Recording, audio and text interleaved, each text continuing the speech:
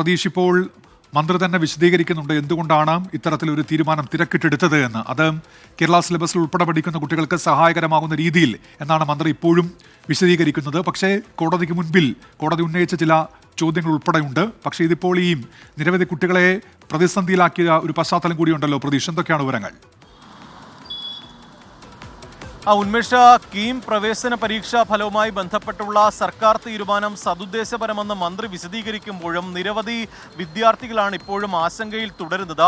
ആദ്യ ഫലം വന്ന ഘട്ടത്തിൽ CBSE വിദ്യാർത്ഥികളായിരുന്നു ആശങ്കയിലെങ്കിൽ രണ്ടാമത് സർക്കാർ വീണ്ടും ഫലം പ്രസിദ്ധീകരിച്ചപ്പോൾ സംസ്ഥാന സിലബസിൽ പഠിച്ച വിദ്യാർത്ഥികൾ ആശങ്കയിലായി എന്നതാണ് പ്രധാനമായും പറയേണ്ടി വരിക. കാരണം ആദ്യഘട്ടത്തിൽ റാങ്ക് ലിസ്റ്റ് പ്രസിദ്ധീകരിച്ചപ്പോൾ 43 കുട്ടികളാണ് സംസ്ഥാന സിലബസിൽ പഠിച്ചവരായി 100 റാങ്കിൽ ഉൾപ്പെട്ടിരുന്നത്. പക്ഷേ പുതിയ റാങ്ക് പട്ടിക വന്നപ്പോൾ അത് 21 പേരായി ചുരുങ്ങി. കാരണം കൂടുതൽ ഉന്നതമായ റാങ്ക് ലഭിച്ച കുട്ടികളൊക്കെ തന്നെ താഴേക്ക് പിന്തള്ളപ്പെടുന്ന സാഹചര്യം ഉണ്ടായിട്ടുണ്ട്.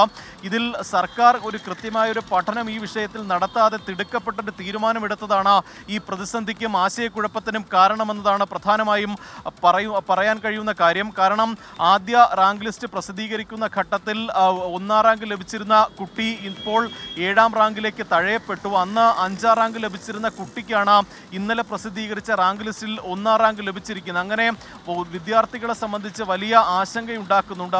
അവർ ആഗ്രഹിക്കുന്ന ഓപ്ഷണൽ വിഷയങ്ങൾ ഉൾപ്പെടെ തുടർ പഠനത്തിന് പോകാൻ കഴിയുമോ എന്നുള്ള കാര്യങ്ങളിലടക്കം വലിയ പ്രതിസന്ധി നിലനിൽക്കുന്നുണ്ട്. പക്ഷേ അപ്പോഴും സർക്കാർ പറയുന്നത് സർക്കാർ ഉചിതമായി എടുത്ത തീരുമാനമാണ് എന്നതാണ്. പക്ഷേ മന്ത്രിസഭയിൽ ഉൾപ്പെടെ ഇക്കാര്യത്തിൽ ഒരു ഭിന്നത ഉണ്ടായിട്ടുണ്ട് എന്ന കാര്യം വ്യക്തമാണ്. CPIM-ലെയും CPI-ലെയും മന്ത്രിമാർ ഇത്ര തിടുക്കപ്പെട്ട് ഇങ്ങനൊരു തീരുമാനം എടുക്കണമോ എന്ന മന്ത്രിസഭാ യോഗത്തിൽ ചോദിച്ചിരുന്നു. ഇതിന് പുറമെ സർക്കാർ നിയോഗിച്ച വിദഗ്ധ സമിതി തന്നെ തിടുക്കപ്പെട്ട ഒരു മാർക്ക് ഏകീകരണം ഈ വർഷം നടപ്പാക്കേണ്ടതില്ല എന്നൊരു നിർദ്ദേശമാണ് സർക്കാരിന് നൽകിയത്. പക്ഷേ ഉന്നത വിദ്യാഭ്യാസ വകുപ്പ് അത് മറികടന്നുകൊണ്ട് പുതിയ മാർക്ക് ഏകീകരണ ഫോർമുലയുമായി മുന്നോട്ട് പോവുകയാണ് ഉണ്ടായത്. ആ ഫോർമുലയാണ് ആദ്യഘട്ടത്തിൽ ഹൈക്കോടതിയുടെ സിംഗിൾ ബെഞ്ചിൽ നിന്ന് തിരിച്ചടി ഉണ്ടാവുകയും പിന്നീട് ഡിവിഷൻ ബെഞ്ച് ആ വിധി ശരിവെക്കുകയും ചെയ്തത്. പക്ഷേ സർക്കാർ പിന്നീട് അത് നിർബന്ധിതമായി ഇന്നലെ തന്നെ റാങ്ക് ലിസ്റ്റ് പ്രസിദ്ധീകരിക്കാൻ സർക്കാർ തയ്യാറാവുകയായിരുന്നു. കാരണം പ്രവേശന നടപടികൾ എത്രയും വേഗം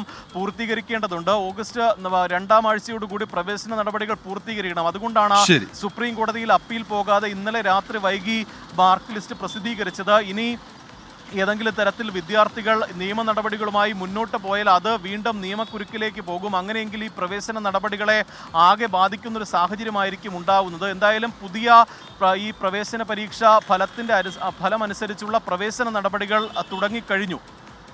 ശരി, MG പ്രതീഷാണ് തിരുവനന്തപുരത്ത് നിന്ന് വിവരങ്ങൾ നൽകിയത്.